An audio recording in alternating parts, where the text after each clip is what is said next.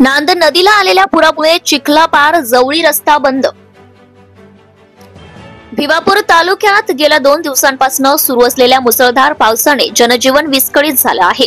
या मुसळधार पावसामुळे नांद नदीला मोठा पूर आला असून चिखलापार गावाजवळील पुलावरून पाणी वाहू लागले आहे।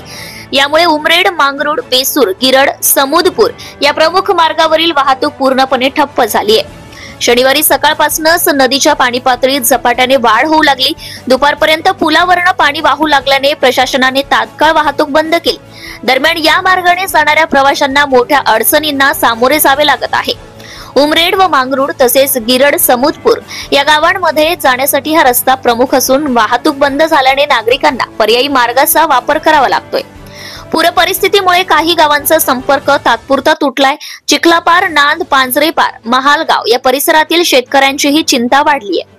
पिके पाण्याखाली जाण्याची भीती व्यक्त केली जात आहे। याशिवाय दैनंदिन कामांसाठी नागरिकांना अडचणी निर्माण झाल्या आहेत। दरम्यान प्रशासनाने परिस्थितीवर लक्ष ठेवले असून नदीतील पाण्याची पातळी कमी होताच रस्ता वाहतुकीसाठी खुला केला जाईल असं सांगण्यात आलंय।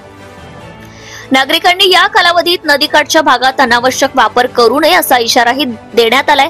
अतिवृष्टीमुळे अनेक ठिकाणी वीज पुरवठा खंडित झाला असून काही गावे अंधारात आहेत। नागरिकांना प्रशासनाकडून आवश्यक ती मदत मिळावी अशी अपेक्षा खरेदी विक्री संस्थेचे अध्यक्ष भास्कर यंगळे व्यक्त केली आहे।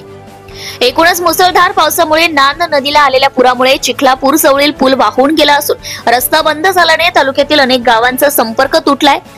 जनता टाइम्स जटा टीव्ही चॅनल साठी नागपूर जिल्हा प्रतिनिधी प्रदीप राऊत, भिवापूर।